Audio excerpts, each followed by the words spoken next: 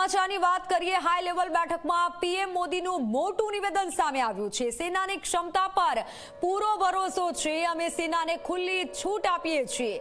સમય અને ટાર્ગેટ નક્કી કરશે સેના। પીએમ મોદીએ આ સૌથી મોટું નિવેદન આપ્યું છે।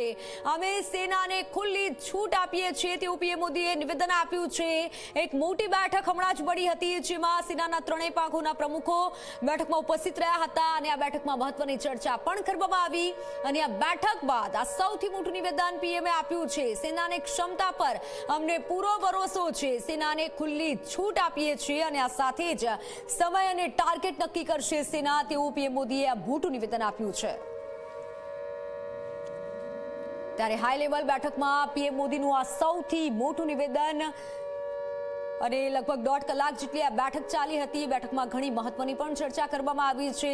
ત્રણેય સેનાના સૈનિકો પણ આ બેઠક બાદ તૈયાર છે અને ત્યારબાદ જે પીએમએ મોટું નિવેદન આપ્યું છે કે હાઈ લેવલ બેઠક બાદ જે નિવેદન આપ્યું છે કે સેના પર અમને સંપૂર્ણ વિશ્વાસ છે, ભરોસો છે। સેનાની ક્ષમતા પર પૂરો ભરોસો છે। અમે સેનાને ખુલ્લી છૂટ આપીએ છીએ તેવું પીએમએ નિવેદન આપ્યું છે। સમય અને ટાર્ગેટ સેના નક્કી કરશે તેવું પીએમએ નિવેદન આપ્યું છે। આતંકવાદને કચડી નાખવો એ આપણો રાષ્ટ્રીય સંકલ્પ છે તેવું સીધું પ્રધાનમંત્રીએ કીધું છે।